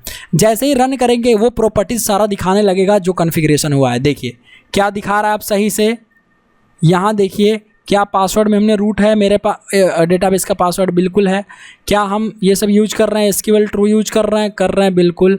और आगे जाइए, क्या यूज़र नेम हमारा पोस्टग्रेस है डेटाबेस का यूज़र नेम हमारा पोस्टग्रेस, डेटाबेस का नाम जो टेबल है वो सब कुछ आ गया, राइट। तो ये कॉन्फ़िगर फाइल, जबकि ये रिकमेंडेड नहीं है, हमेशा यही रिकमेंड है कि भाई आप जो कॉन्फ़िगरेशन फाइल के अंदर रख करके यूज करें। तो मैं इसको कमेंट कर देता हूं और इसको कर लेता हूं अनकमेंट, वापस से सेव करता हूं और इसको मैं रन करता हूं तो फिर से हमारा चल जाएगा, क्योंकि वो है। और इसको मैं डिलीट कर देता हूं क्योंकि यहाँ पर रिकमेंडेड नहीं है, तो मैं इसको यहाँ नहीं रखूँगा। तो मैं करता हूँ राइट क्लिक करके इस कोड को डिलीट, इस कोड को नहीं, इस कॉन्फ़िगरेशन फाइल को, क्योंकि हम यहाँ पर ही रखेंगे, यही ज़्यादा अच्छा ऑप्शन है हमारे पास, ठीक। तो आते हैं फिर से अपने सेव ऑब्जेक्ट में। तो वही आप बोल रहा है भाई नेक्स्ट में कि ये जो कॉन्फ़िगरेशन है, जो हमने लोकेशन दिया खुद से दे सकते हैं, लेकिन अगर हम कुछ भी नहीं डालते हैं इसके पैरामीटर में तो it will do the same work. जो ऊपर ने किया वही सारा का सारा सेम काम करेगा, लोड करेगा, XML पार्सर के द्वारा चेक करवाएगा, इन मेमोरी मेटा डेटा रिलीज करवाएगा, ताकि फर्दर ज़रूरत पड़े एप्लीकेशन को किसी भी कॉन्फ़िगरेशन का, प्रॉपर्टी का, तो हम वहाँ से उठा करके दे दें। तो ये क्या करेगा, क्लास पाथ से hibernate.configuration.xml, नाम भी सेम होना चाहिए, दूसरा नाम होगा तो नहीं पकड़ पाएगा। क्लियर। नेक्स्ट, अब बारी है सेशन फैक्ट्री का। अब देखिए सेशन फैक्ट्री का ऑब्जेक्ट जो है, सेशन फैक्ट्री पहली बात एक इंटरफेस होता है, इसीलिए ऊपर मैंने ये रेफरेंस डाल रखा है और यहाँ पे यूज कर रखा है। कोई दिक्कत नहीं है, आप सेशन फैक्ट्री यहाँ पे डायरेक्ट भी लिख सकते हैं, राइट। सेशन फैक्ट्री कॉन्फ़िगरेशन से निकलता है, build session factory. Build session factory नाम का जो मेथड होता है, जो फैक्ट्री पैटर्न पर देता है, कहता है कि मुझसे सेशन फैक्ट्री का ऑब्जेक्ट मांगो, ठीक है, मैं दे रहा हूँ आपको, है ना। तो सेशन फैक्ट्री का ऑब्जेक्ट जो है ये मिलता है। एक्चुअली ये सेशन फैक्ट्री जो है, सॉरी, फैक्ट्री डिज़ाइन पैटर्न पर नहीं, क्या बोलते हैं यार, बिल्डर डिज़ाइन पैटर्न पे बनता है ना, बिल्डर डिज़ाइन पैटर्न पे बना हुआ है सेशन फैक्ट्री बिल्डर। छोटे छोटे ऑब्जेक्ट्स को मिला करके बहुत बड़ा ऑब्जेक्ट इसमें बनाया जाता है। तो ये इसका क्या काम है वो समझते हैं। देखिए, फ्रॉम द कॉन्फ़िगरेशन ऑब्जेक्ट, जो भी कॉन्फ़िगरेशन का ऑब्जेक्ट बना है, वहाँ से सेशन फैक्ट्री कलेक्ट करेगा नेम को and location of hibernate mapping file को, और उसको लोड करवाएगा और चेक करेगा कि क्या ये वैलिड है कि नहीं है, और it will create in memory meta data if it is found everything okay. कहने का ये मतलब है मेरा कि यहाँ पर ये जो लाइन है, ये वाली जो लाइन है, इसको हम अनकमेंट करते हैं यहाँ से। अब यहाँ से हटाइए और कमेंट जो होगा वो यहाँ से होगा। अब ठीक, इसको सेव करते हैं। यहाँ ये वाली लाइन क्या करेगा, सेशन फैक्ट्री का ऑब्जेक्ट तो बनाएगा ही, लेकिन क्या करेगा, और यही सेशन फैक्ट्री का ऑब्जेक्ट नाम कलेक्ट करता है इस कॉन्फ़िगरेशन फाइल से। तो कॉन्फ़िगरेशन फाइल में हमने जो नाम दिया है इस मैपिंग फाइल का और लोकेशन, वहाँ से यहाँ से ये फाइल की लोडिंग करवाएगा और चेक करेगा। तो मैंने तो अभी एरर कर रखा है, ध्यान से समझिए, मैंने अभी एरर कर रखा है। तो मैं अगर अभी रन करता हूँ, जैसे ही ये लाइन एग्जीक्यूट होगी, क्या एरर मिलेगा? बिल्कुल मिलेगा। राइट क्लिक करके रन एज जावा एप्लीकेशन करके देखिए, तो इससे ये प्रूफ हुआ। ये लीजिए, वहाँ तक चला जहाँ तक हमारा कोड सही था। जैसे ही, oh sorry, extremely sorry guys, एक मिनट, फिर से ये जो कंसोल है वो लेके आते हैं, यहाँ पे ले आते हैं। इसको बड़ा करता हूँ मैं थोड़ा। देखिए, काउस्ड बाय XML, ये जो पार्सर है वो पार्स उसको नहीं कर पाया, एरर मिला। तो इसका मतलब लोडिंग और चेक सब कुछ कहाँ पर हो रहा है, कहाँ पर हो रहा है? मैपिंग का, मैपिंग फाइल का सेशन फैक्ट्री का जब ऑब्जेक्ट बनता है तब होता है, कॉन्फ़िगर वाले लाइन पर नहीं होता। मैंने आपको ऑलरेडी दिखाया था कि वहाँ पर जो चेक है, जो लोड है, वो मैपिंग फाइल की लोडिंग वहाँ पर नहीं होती है। मैपिंग फाइल की लोडिंग इस सेशन फैक्ट्री का ऑब्जेक्ट बनता है यहाँ पर होता है। वहाँ पर सिर्फ और सिर्फ हाइबरनेट के मैपिंग फाइल की लोडिंग होती है। ग्रेट, यहाँ तक समझ में आ रहा है हम लोग को? बिल्कुल आ रहा है। तो इसलिए ये ज़रूरी है। जैसे ही मैं इसको ठीक करूँगा, ये अंकित हटाता हूँ, ये अंकित तो अलाउड नहीं है, अंकित अब सही हो गया। तो क्या अब जब हम रन करेंगे तो क्या रन होगा? लॉग पढ़िए आराम से, लॉग मतलब ये लॉग मैसेज, ठीक है। देखिए क्या पूरा सारा का सारा कनेक्शन बना, ठीक है। देखिए यहाँ से सेशन फैक्ट्री से आराम से ध्यान से पढ़िए इसको, एक एक चीज़ को। कनेक्शन पूल बना, ठीक है। देखिए ऑटो कमिट मोड अभी फॉल्स है, उसको बाद में बताएंगे इसका मतलब क्या है ये सब का। कनेक्शन पुल बना, डायलेक्ट मैंने बताया था। डायलेक्ट क्या होता है? डायलेक्ट होता है एक कंपोनेंट हाइबरनेट का जो रिस्पॉन्सिबल होता है हाइबरनेट मतलब जो क्वेरी है एसक्यूएल का उसको जनरेट करने में। तो यहाँ पर देखिए पोस्टग्रेसक्यूएल खुद से डायलेक्ट चूज कर दिया गया हमने, जबकि डायलेक्ट यहाँ पर कन्फिगर किया है क्या?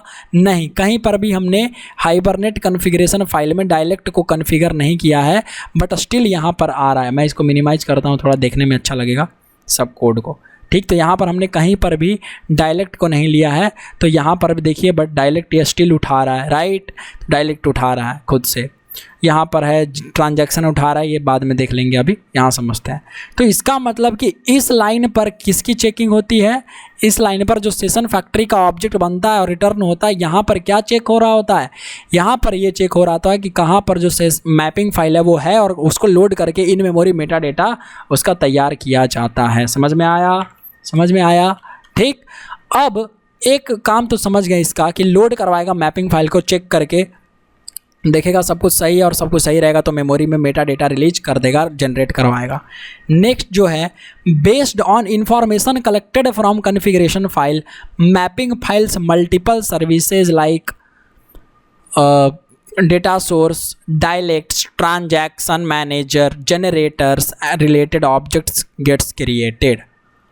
क्योंकि सेशन फैक्ट्री एक हैवी फैक्ट्री होता है, हैवी ऑब्जेक्ट होता है, ये मैंने आपको ऑलरेडी डिस्कस कर रखा है, राइट? हमने आपको ऑलरेडी डिस्कस करके बताया है सेशन फैक्ट्री का ऑब्जेक्ट, जो 3 इंपॉर्टेंट ऑब्जेक्ट होते हैं वो सब सीरीज में, वो वीडियोज़ में इसके पहले। तो कह रहा है कि जब भाई कॉन्फ़िगरेशन फाइल बनेगा और मैपिंग फाइल है, वहाँ से जो डेटा कलेक्ट करेगा, और डेटा कलेक्ट करने के बाद डेटा सोर्स का ऑब्जेक्ट, डायलेक्ट का ऑब्जेक्ट, ट्रांजैक्शन मैनेजर का ऑब्जेक्ट, जनरेटर्स और तरह तरह के मल्टीपल सर्विसेज का ऑब्जेक्ट बनाता है कौन? Session factory. मतलब ये सब का ऑब्जेक्ट मिल करके बनता है एक सेशन फैक्ट्री पूरा। तो together all the above small small object, जो छोटे छोटे ऑब्जेक्ट्स हैं, dialect, transaction manager, generators, data source का ऑब्जेक्ट, सब आपस में मिल करके एक बड़े हैवी सेशन फैक्ट्री ऑब्जेक्ट का निर्माण करते हैं। सेशन फैक्ट्री ऑब्जेक्ट जो बड़ा है, हैवी है, उसका बनाता है। तो सेशन फैक्ट्री का ऑब्जेक्ट ऐसे बनता है इस लाइन की वजह से। अब देखिए कि सेशन फैक्ट्री तो एक इंटरफेस है, तो इसके ऑब्जेक्ट का मतलब कि इस ऑब्जेक्ट के बनाने का मतलब, session factory object means it is the object of the Java class that implements org.hibernate.sessionFactory। ये एक ऐसा ऑब्जेक्ट है जो कोई क्लास को इम्प्लीमेंट करेगा, उसका बनेगा। ठीक है, तो सेशन फैक्ट्री का जो ऑब्जेक्ट होता है उसका एक इम्प्लीमेंटेशन क्लास होता है, उसका ऑब्जेक्ट बनता है, और उसका हम इंटरफेस का यूज करते हैं लूज कपलिंग के लिए, उसके इंटरफेस का रेफरेंस वेरिएबल को। तो मैं अगर आपको कोड में दिखाऊं, और देखिए मैंने ऑलरेडी डॉक्यूमेंटेशन खोल रखा है, ये डॉक्यूमेंटेशन आप देखें अगर, तो ये जो JBoss जो है ये वाला आपको खोलना है, ऐसे सर्च करके गूगल पे, और देखिए ये इंटरफेस है सेशन फैक्ट्री का इंटरफेस, है ना। नीचे आइए, देखिए एक क्लास है ना session factory IMPL implementing class, तो इसी का ऑब्जेक्ट बनता है। ठीक है, इम्प्लीमेंटेशन क्लास जो है इसका ऑब्जेक्ट बन रहा होता है इसी क्लास का। अगर आप चेक करना चाहें तो हम यहाँ पर चेक कर सकते हैं, साउट करवा दीजिए session factory dot gate class dot gate name, है ना। क्या आ जाएगा? उस क्लास का नाम आ जाएगा जिसका वो रेफरेंस है। राइट क्लिक करके रन करते हैं, वेट करते हैं। देखिए यहाँ पर जैसे रन होगा, रन हुआ हमारा सारा कुछ। क्या ये क्लास का नाम आया? Internal dot session factory implement अंदर में होता है, बहुत सारे पैकेजेस के अंदर में हो रहा होता है। तो इस सेशन फैक्ट्री का एक क्लास जो है और भी अंदर में अगर आप चाहें तो वहाँ पे हो रहा होता है। ठीक है, तो एक क्लास का जो ऑब्जेक्ट बनता है वो मैं और भी आपको नहीं दिखा पाऊँगा, बहुत अंदर होता है वो। हम लोग को उतना भी बहुत ज़्यादा यार क्यों, मतलब समझ रहे हो ना, मैं इतना डीप पढ़ा रहा हूँ या कम है क्या? तो यही काफ़ी है, और ऐसे भी इतना ज़्यादा इंटरनल कोई पूछेगा नहीं, बट स्टिल आपको जानना है तो आप यहाँ से देख सकते हैं। राइट, तो गेट नेम कर तो इस तरीके से जो है सेशन फैक्ट्री का ऑब्जेक्ट बनता है ना। ये सब करके। और ये देखिए सेशन फैक्ट्री, जो ग्रीन वाला पार्ट है वो सेशन फैक्ट्री है, ब्लू उसके अंदर छोटे छोटे सर्विसेज हैं। तो सेशन फैक्ट्री है बिल्डर, डिजाइन पैटर्न पे बनता है, छोटे छोटे ऑब्जेक्ट्स मिलके बड़े ऑब्जेक्ट्स का निर्माण करते हैं इसके लिए, ठीक, बिल्ड सेशन फैक्ट्री जो है। अब उसी तरीके से जो नेक्स्ट सेशन का जब ऑब्जेक्ट बनेगा तो ये ओपन सेशन नाम का मेथड होता है, वहाँ से बनता है, राइट। सेशन का ऑब्जेक्ट कैसे बनता है? ओपन सेशन से। तो ओपन सेशन से बनेगा तो सेशन भी एक इंटरफेस है। तो जब सेशन एक इंटरफेस है तो देखिए सेशन में भी हमने खोल रखा है, इसके पास भी सेशन का एक क्या है, इसके पास भी सेशन का एक इंटरफेस, ये सेशन भी एक इंटरफेस है और इसके पास भी ऑल नॉन इम्प्लीमेंटिंग एक क्लास है, सेशन इम्प्लीमेंट IMPL। तो इसको मैं जब क्लिक करूँगा यहाँ से तो देखिए ये इम्प्लीमेंटेशन क्लास है और इसका इंटरनली यूज हो रहा होता है, समझ गए इसका। तो और भी इंटरनल में जा कर के उसको जो एक कॉमन नाम है वो शो करता है, क्योंकि बहुत सारा वर्सन टू वर्सन चेंज होता है ये नाम। ये जो नाम है ना, ये वर्सन टू वर्सन हर हाइबरनेट के वर्सन में चेंज होते रहता है, इसलिए वहाँ पर हम कॉमन नाम शो करवाते हैं। ये जो नाम हमारा शो कर रहा है ये कॉमन एक नाम शो करता है इंटरनल, ठीक है। ये hibernate session factory common name. तो यहाँ पर अगर मैं देखिए सेशन का ऑब्जेक्ट अभी बनाता हूँ, सेशन का ऑब्जेक्ट कैसे बनाएंगे, इसको मिटाइए और यहाँ से कमेंट कर दीजिए फिर से, है ना, लीजिए सारा का सारा कमेंट और मैं शाउट करता हूँ सेशन डॉट गेट क्लास भी लिखेंगे तो आ जाएगा, खाली गेट क्लास। सेव करके रन करते हैं और रन करेंगे तो देखिए यहाँ से नीचे करते हैं, थोड़ा आ जाएगा और आराम से नीचे करते हैं, देखिए सेशन का भी आ गया, ठीक है। तो ये क्लास जो है इम्प्लीमेंट, ये कॉमन नेम होता है जो उसको इम्प्लीमेंट करता है और अंदर में आप देखेंगे पैकेज को हटा करके तो आपको मिलेगा, ठीक है, राइट। अगर मैं इसको क्लिक करके सर्च कर दूं, आपको दिखा दूं, तो क्लास का नाम है जो मैं यहाँ दिखाता हूँ, उधर नहीं भाई, अरे भाई यहाँ पे कुछ नहीं करना है हमें, यहाँ। तो देखिए इंटरनल क्लास, जो ये क्लास है इंटरनल सेशन इम्प्लीमेंटेशन, ये आपको मिल रहा होता है, ठीक है, सेशन का। अब इसी में काफ़ी सारा चीज़ होता है, ठीक है। तो इम्प्लीमेंटेशन क्लास का आपको ऑब्जेक्ट मिलता है सेशन का और सेशन का। तो सेशन मिल गया। अब सेशन जो है वो छोटा ऑब्जेक्ट है भाई, देखिए समझिए ध्यान से। इस ऑब्जेक्ट में क्या होता है कि ये जो ओपन मेथड है ये बनाता है, फैक्ट्री डिजाइन पैटर्न पर दिया गया है, कहता है कि तुम टेंशन मत लो, फैक्ट्री है मेरे पास ना, फैक्ट्री से तुम उठा लो ऑब्जेक्ट को, सेशन का ऑब्जेक्ट को, तुम ये सोचो मत कि कैसे बन रहा है इंटरनली।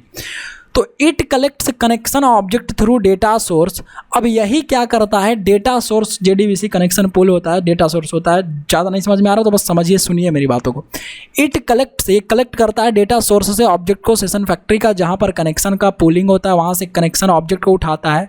फिर क्या करता है कि मैपिंग फाइल से मेटा डेटा उठाता है, जो मैपिंग फाइल का मेटा डेटा होता है और डायलेक्ट का इंफॉर्मेशन होता है वो उठाता है उस फैक्ट्री के ऑब्जेक्ट से, और वहाँ से उठा करके ये सेशन का ऑब्जेक्ट क्रिएट करता है। देखिए पीला वाला जो है वो सेशन का ऑब्जेक्ट है, तो पीले वाले के अंदर कनेक्शन है जो आया है डेटा सोर्स से, डायलेक्ट का इंफॉर्मेशन है, डायलेक्ट का ऑब्जेक्ट है जो आया है आपका यहाँ से सेशन फैक्ट्री से, और मैपिंग का मेटा डेटा, जो मैपिंग का फाइल है उसका मेटा डेटा है, और लेवल 1 कैसे है, जो लेवल 1 कैसे एंटिटी को रखेगा। तो लेवल 1 जो है ये सेशन के लिए है, लेवल 2 होता है दूसरा होता है वो सेशन फैक्ट्री के लिए होता है। सेशन फैक्ट्री के पास अपना कैसे होता है और सेशन के पास अपना कैसे होता है, भूलिएगा मत इसको, राइट। नेक्स्ट मूव करते हैं।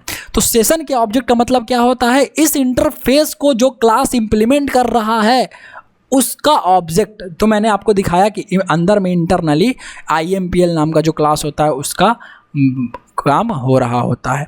अब हमने यहाँ तक देख लिया सेशन का बना। अब क्या ये लाइन मुझे समझाने की ज़रूरत है आपको, ये वाली लाइन, क्योंकि ये लाइन तो आसान है। ये एंटिटी का ऑब्जेक्ट बनाया है। एंटिटी का ऑब्जेक्ट हम लोग क्यों बनाते हैं, ताकि एंटिटी के वैल्यू वगैरह सेट कर सकें। तो इसी को तो आपको सेव करवाना है। तो मैं ले लेता हूँ बैट, ठीक है। तो मैंने लिखा एक बैट और उस बैट का मैं कोड दे देता हूँ 45, इसका दे देता हूँ मैंने 1000 रुपीज़ का, और मैंने 5 बैट लिए हैं ऐसे, ठीक है। पर बैट पड़ा मुझे ये प्राइस 1000 ऐसा है। मैं राइट क्लिक करके अगर अब सेव करूं और रन एज करके, बेसिकली सेव करोगे तो होगा तो कुछ नहीं अभी, क्योंकि अभी तो हमने बस सेट किया है डेटा, राइट।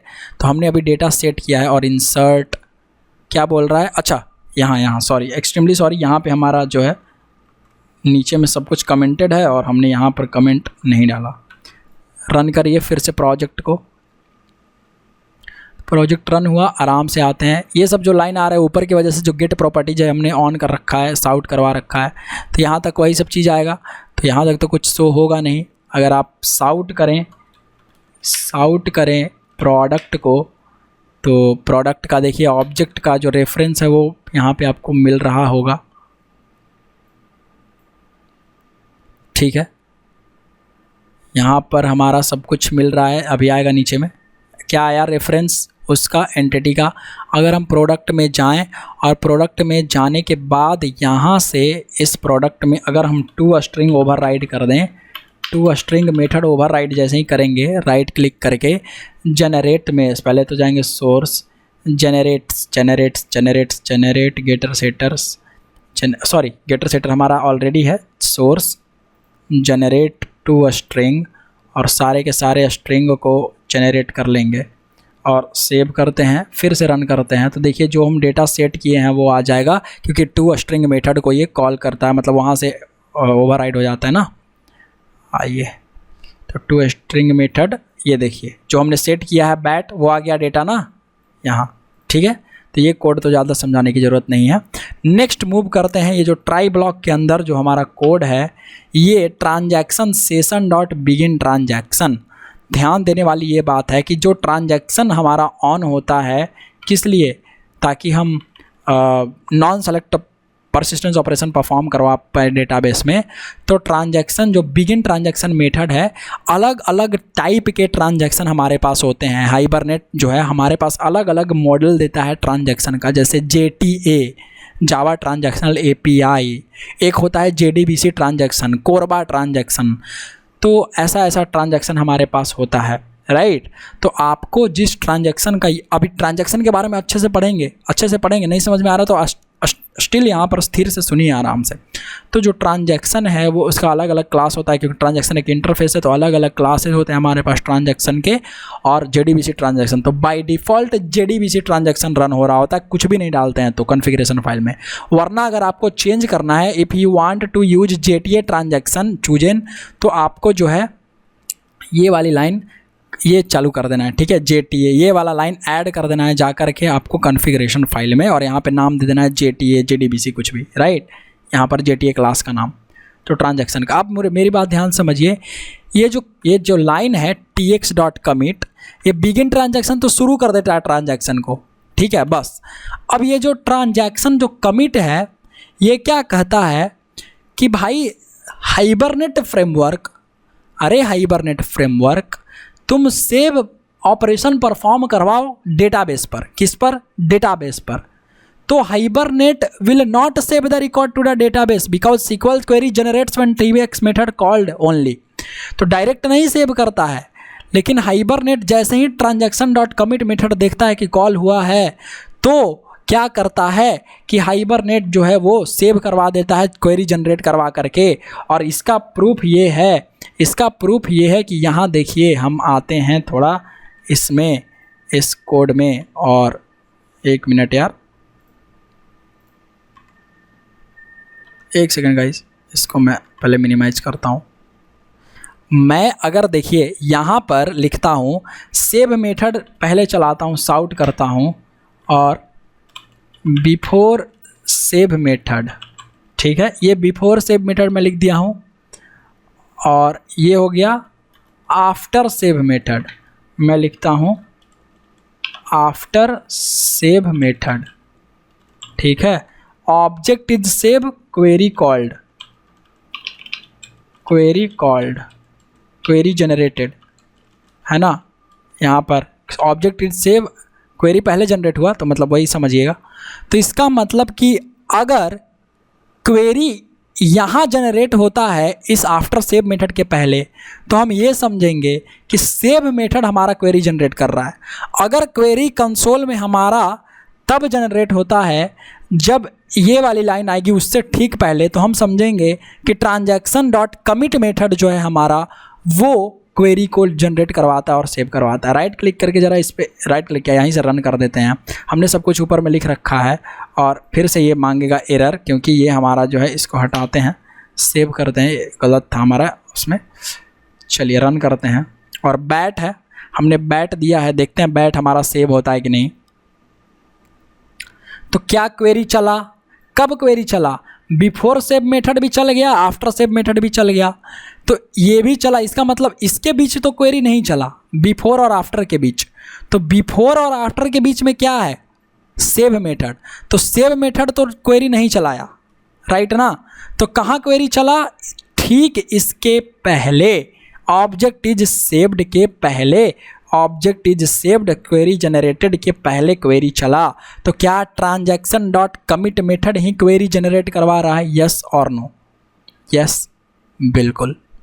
इससे यही प्रूफ होता है, समझ गए। आई होप आप समझ पा रहे होंगे। अब ट्रांजैक्शन है तो आप रोल बैक करवा सकते हैं। रोल बैक का मतलब होता है कि कुछ डेटा अच्छे से नहीं परफॉर्म हुआ, डेटा में चेंजेस नहीं हुए, तो वो या तो कमिट का मतलब हो गया कि डू इट 100% और नेवर डू इट। अगर आप कोई काम कर रहे हो तो 100% उसको कर ही दो या मत करो।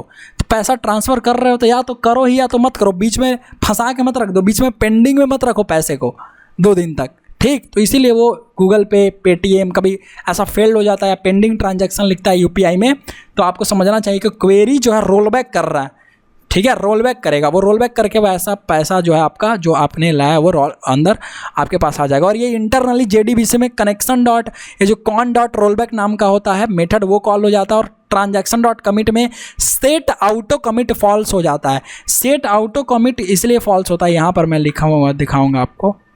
जब ये, अरे भाई कहाँ चला गया हमारा ट्रांजैक्शन, ये जो ट्रांजैक्शन है, ये जो सेट ऑटो कमिट फॉल्स है ना, it will call set auto commit false. देखिए अगर आप यहाँ देखेंगे, इसके लॉग में देखेंगे, थोड़ा इसको ऊपर करके, अच्छा है, इसके लॉग को देखिए आप, क्या यहाँ पर JTA वगैरह दिखा रहा है, ये क्या लिख रहा है, नो JTA। तो JTA क्या है, मैंने बताया ना जावा ट्रांजैक्शनल अलग अलग API, तो नो JTA है। तो नो JTA है तो इसका मतलब डिफ़ॉल्ट JDBC का ट्रांजैक्शनल है, वही यहाँ पर लिख रहा है, वही ये लिखा हुआ है। और देखिए ऑटो कमिट मोड क्या है, फॉल्स है। तो ट्रांजैक्शन क्या करता है, ऑटो कमिट मोड को ऑटोमेटिकली फॉल्स कर देता है बाय डिफ़ॉल्ट, ताकि हमारे हाथ में कमिट करने का पावर आ जाए। हम जिस तरीके से कमिट करना चाहें, रोल बैक करवाना चाहें तो करवा सकते हैं। तो रोल बैक करवाने के लिए कुछ नहीं कीजिए, देखिए हम एक चीज़ ऐड कर देते हैं जो अच्छा रहेगा हमारे लिए। हम लिख लेते हैं बूलियन, ठीक है, लिखते हैं फ्लैग दिखा देते हैं, झंडे को करते हैं फॉल्स, ठीक है, बूलियन को यहाँ बाय डिफ़ॉल्ट करते हैं फॉल्स। और यहाँ पर आते हैं कि जब सब कुछ सही है, ट्राई जो है अगर सेव होता है, सब कुछ सही है, तो फ्लैग को कर दीजिए ट्रू। और अगर कुछ एक्सेप्शन आता है तो सबसे पहले ये जो है क्या बोलते हैं, फ्लैग को कीजिए फॉल्स, है ना। फ्लैग को जैसे ही एक्सेप्शन आया तो फ्लैग को फॉल्स कर दीजिए। तो एक्सेप्शन आएगा तो दिक्कत, मतलब कुछ दिक्कत आया तो भाई फ्लैग फॉल्स करो। और फाइनली में आकर के क्या लिखेंगे कि इफ़, अगर हमारा फ्लैग ट्रू है, अगर सब कुछ सही है, तो कैच ब्लॉक तो चलेगा ही नहीं, तो एक्सेप्शन नहीं आया, तो फ्लैग इक्वल ट्रू, अगर, और फ्लैग तो हमारा ट्रू है, ऐसे ही अगर हम यहाँ लिख दें if flag is equals to true और फ्लैग इक्वल्स टू ट्रू, ऐसे लिख देते हैं, तो यहाँ हम साउट नहीं करना है, ट्रांजैक्शन डॉट कमिट यहाँ चला दीजिए। अब जनरेट करवाइए क्वेरी, इस लाइन को हटा दीजिए, ये जो लाइन है यहाँ पर पेस्ट कर दीजिए या यहाँ लिख दीजिए, सेट कीजिए और एल्स करवाइए क्या भाई। और फ्लैग अगर फॉल्स है ऑलरेडी तो ट्रांजैक्शन डॉट रोल बैक करवा दीजिए, जो भी क्वेरी चला है वो रोल बैक आ जाएगा, तो पैसा नहीं फंसेगा या कोई भी काम हमारा सही से होगा। अब हम यहाँ पे फिर से कुछ चेंज करते हैं, बैट के जगह हम लेते हैं कुछ बल्ब, ठीक है, वो बल्ब 100 वाट का है लेट से, और यहाँ पर इसका 127 दे देते हैं, सेव करते हैं। और हमने लिया 100 रुपीज़ का बल्ब एक, और रन करते हैं। तो ज़रा देखते हैं कि बल्ब क्या सेव हुआ कि नहीं, और चलने देते हैं पहले कोड को। कंसोल को नीचे ले आते हैं, ठीक है। लीजिए सारा डायलेक्ट चुना, खुद से क्वेरी जनरेट हुआ, तो इसका मतलब चल गया होगा। देखिए आराम से यहाँ पर आकर के रिफ्रेश कीजिए राइट क्लिक करके, क्या नीचे बल्ब आ गया। बैट के बाद जो बैट था हमारा वो भी एग्जीक्यूट हो गया था, राइट। तो यहाँ पर बल्ब भी दिखा रहा है, इसका मतलब हमारा ऐसे कुछ करके काम कर रहा होगा। जैसे ही कोड में एक्सेप्शन आया तो क्वेरी जो है वो रोल बैक हो जाएगा, क्वेरी जो है वो चलेगा नहीं पहले। तो ये फ्लैग हमने लगा दिया इसलिए, और यहाँ पर रोल बैक का ऐसे आप कोड लिख सकते हैं। तो रोल बैक वही चेंज, डेटाबेस में जो चेंजेस हुए उसको क्वेरी को रिवर्स कर दो, फिर से रोल बैक करवा लो। अब सेशन डॉट क्लोज मेथड क्या करता है, क्लोज कर देता है सेशन के ऑब्जेक्ट को। तो देखिए यहाँ पर जो है क्लोजिंग लिख रहा है ना, या क्लोजिंग, यहाँ पर देखिए क्लीनिंग अप कनेक्शन पूल, और सारे के सारे कनेक्शन पूल को, कनेक्शन जो बनता है डेटाबेस से उसको हटा देता है कौन, सेशन का क्लोज मेथड, और सेशन फैक्ट्री का भी क्लोज मेथड, सब कुछ बंद कर देता है, सब कुछ हटा देता है। कैसे, यहाँ पर देखिए ट्रांजैक्शन डॉट कमिट हम समझ गए, सेशन डॉट क्लोज में है closes the session, closes the connection जो भी हमारा बनता है डेटाबेस से, और रिटर्न कर देता है जेडीबीसी कनेक्शन को, जो डायलेक्ट होता है उस सेशन के पास ख़त्म कर देता है, सब क्वेरी वेरी जनरेट करने का पूरा पावर ख़त्म हो जाता है। एम्प्टी कर देता है लेवल 1 कैशे को, क्लोज कर देता है लेवल 1 कैशे को। Session factory dot close method जो यहाँ पर लिखा हुआ है, ये पूरे के पूरे आपके फैक्ट्री के ऑब्जेक्ट को ही रिलीज कर देता है, और जो भी रिसोर्सेज है लिए पकड़े रहता है, जो भी कंप्यूटर के रिसोर्सेज को छोड़ देता है। Releases data source by cleaning JDBC closes the connection factory by doing so, कि रिलीज करता है डेटा सोर्स को, लेवल 2 को रिलीज करता है, मेटा डेटा को ख़त्म कर देता है, जो भी कन्फिग्रेशन का मेटा डेटा बना रखा होता है ना, सब हटाता है। डिस्ट्रॉय कर देता है सारे ऑब्जेक्ट को जो सेशन फैक्ट्री से एसोसिएटेड होते हैं, जनरेटर्स, डायलेक्ट्स वगैरह वगैरह काफ़ी सारी चीज़ें। डीएक्टिवेट कर देता है लास्ट में हाइबरनेट फ्रेमवर्क को, और सब कुछ खत्म हो जाता है इस तरीके से।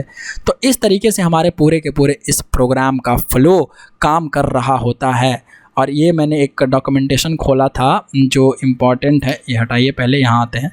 ये था जेटीए के लिए, वो जो ट्रांजैक्शन था ना उसके लिए। देखिए यहाँ पर जो है प्रॉपर्टी में अगर आप जाएँ, नीचे में जो प्रॉपर्टी था वो ट्रांजैक्शन जो जेटीए मैंने बता रहा था उसका है, ठीक है, ये वगैरह वगैरह। तो बाकी ये समझ गए होंगे आई थिंक, कि session factory dot close method. इतना काम करने के बाद आप इसको एक बार और पढ़िए आराम से, ठीक है। यहाँ पर क्या लिखा हुआ है, और सब कुछ बंद कर देता है, सब कुछ खुला रहता है उसको, तो सेशन क्लोज कर देता है, सेशन फैक्ट्री बंद हो जाता है। इस तरीके से हमारा पूरा का पूरा हाइबरनेट का फ्लो काम करता है। आई होप अब आप इसको अच्छे से समझे होंगे। मैं मिलता हूँ आपसे नेक्स्ट वीडियो में। Till then bye, take care.